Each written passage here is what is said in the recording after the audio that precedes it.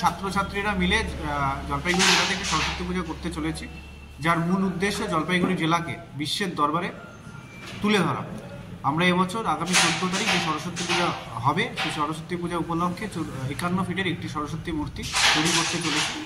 যেই মূর্তিটির নকশা আপনাদের সামনে প্রকাশ করলাম, সেই মূর্তিটি আমেরিকার ওয়াশিংটন ডিসিতে স্থায়ীভাবে প্রতিষ্ঠা পেয়েছে এবং সেখানে আমেরিকার 3 জন প্রাক্তন যারা প্রেসিডেন্ট ছিল তাদের মূর্তি ওখানে রয়েছে। তাদের উদ্দেশ্যে কিন্তু এই মূর্তিটি ওখানে স্থাপিত রয়েছে।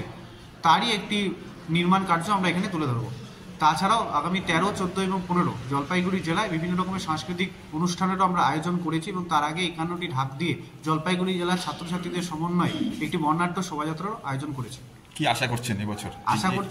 আশা করছি প্রথমবার শুধু জলপাইগুড়ি না, এটা পশ্চিমবঙ্গের মধ্যে সবচেয়ে বড় সরস্বতী মূর্তি হবে।